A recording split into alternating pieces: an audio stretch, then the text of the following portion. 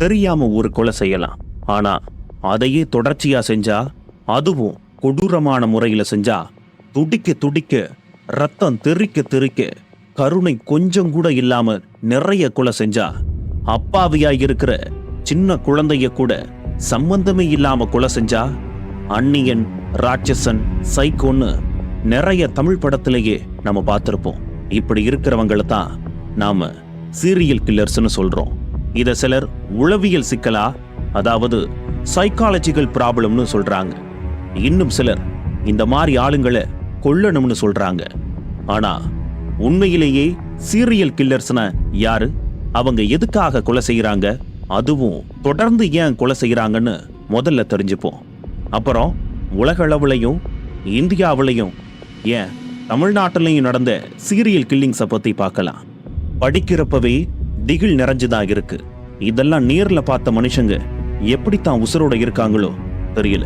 இந்த serial killer தொடர் உங்களை திகில் ஆக்கலாம், பயமுறுத்தலாம், ஏன் அதை விட கொடூரமான உணர்வுகளை கூட உங்களுக்குள்ள உருவாக்கலாம். எல்லாத்துக்கும் ரெடியா இருந்துக்கோங்க. 3க்கு மேல கொலை, அதுவும் 1 மாச கேப்ல தொடர்ச்சியா கொடூரமான முறையில ஒருத்தன் செய்யறானா, அவன் தான் சீரியல் கில்லர். இதுல ஆண் மட்டுமில்ல, பெண்களும் செய்யறாங்க. இது நடக்கிறதுக்கு காரணமா அவங்க வளர்ந்த சமூக சூழல், அவங்க குடும்பம், பள்ளி வாழ்க்கை, கல்லூரி படிப்பு, நண்பர்கள்னு நிறைய காரணங்கள் சொல்றாங்க. ஒரு நிகழ்ச்சி ஒருத்தரை ரொம்ப அஃபெக்ட் பண்ணிருச்சுன்னா, அவரை கொலை செய்யற அளவுக்கு தூண்டி விட்டுருச்சுன்னா, கொலை செய்யறது தப்பே இல்லைன்னு அவங்களுக்கு தோணுச்சுன்னா, அதுவும் கொலை செய்யறப்போ ஏதோ ஒரு சுகம், சந்தோஷம், மகிழ்ச்சி, எக்ஸ்ட்ரீம் பிளஷர் கிடைச்சா அவங்க தான் சீரியல் கில்லர்ஸ். சீரியல் கில்லிங்ஸுக்கு முக்கிய காரணமா சில விஷயங்களை சொல்றாங்க. குறிப்பா கோபம், thrill seeking, financial gain, attention seeking, sexual பிளஷர்னு இதெல்லாம் முக்கியமான காரணமா இருக்கலாம். மன்மதன் படத்துல மூக்குல ரத்தம் வர்ற சிம்புவை கூட இதுக்கு பெஸ்ட் எக்ஸாம்பிளா சொல்லலாம். ஏன் ரீசெண்டா வந்த நானே வருவன் தனுஷ் கூட ஒரு சீரியல் கில்லர் தான். எல்லா காலத்திலையுமே இது மாதிரியான சீரியல் கில்லர்ஸ் இருந்துட்டு தான் இருக்காங்க. ஆனா 20ஆம் நூற்றாண்டோட பிற்பகுதியில நகர்மயமாக்கம், உலகமயமாக்கல் எல்லாம் சேர்ந்து வந்த காரணத்தால 1970ல இருந்து 2000 வரைக்கும் நிறைய சீரியல் கில்லிங்ஸ் நடந்ததா சொல்றாங்க. இந்த சீரியல் கில்லர்ஸ் நிறைய காரணங்களால வேறுபடுறாங்க. சிலர் சைக்கோபாத்ஸா இருக்காங்க, சிலர் சின்ன வயசுல அனுபவிச்ச கொடுமைகளால கொலை செஞ்சிருக்காங்க, சிலர் அது மேல ஏதோ ஒரு அடிக்ஷன் உருவாக்கி கொலை செஞ்சிருக்காங்க.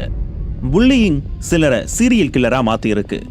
இயல்பாவே இந்த சீரியல் கில்லர்ஸுக்கு எல்லாம் ரொம்ப கம்மியான ஐக்குவோ, இன்னும் சிலருக்கு மீடியம் ஐக்குவோ தான் இருக்கிறதா சொல்றாங்க. ஆனா கொலை செய்யறப்போ இவங்களோட மைண்ட் ரொம்ப ஃபாஸ்டா வேலை செய்யுமா. ஜோடியாக்னு ஒரு படம், அதுல ஒருத்தன் கண்டுபிடிக்காத மாதிரி நிறைய கொலை செஞ்சுட்டே இருப்பான், கண்டுபிடிக்கவே முடியாது. நைட் டைம்ல கொலை செஞ்சா பகல்ல ஜாலியா சுத்திட்டு இருப்பான். இப்படியும் சீரியல் கில்லர்ஸ் இருக்காங்க. பிராஸ்டிடியூஷன் செஞ்சாங்கன்னு 1880ல ஜாக் ரிப்பர்னு ஒரு சைக்கோ 5 பெண்களை ரொம்ப கொடூரமான வகையில கொலை செஞ்சிருக்கான். அதுக்கப்புறம் சீரியல் கில்லர்ஸ் நிறைய பேரு ஜாக் ரிப்பர் பேரை பயன்படுத்திக்கிட்டு நிறைய கொலை செஞ்சதா சொல்றாங்க. வேர்ல்டுல டாப் 10 சீரியல் கில்லர்ஸ்ல இவனு ஒருத்தன்.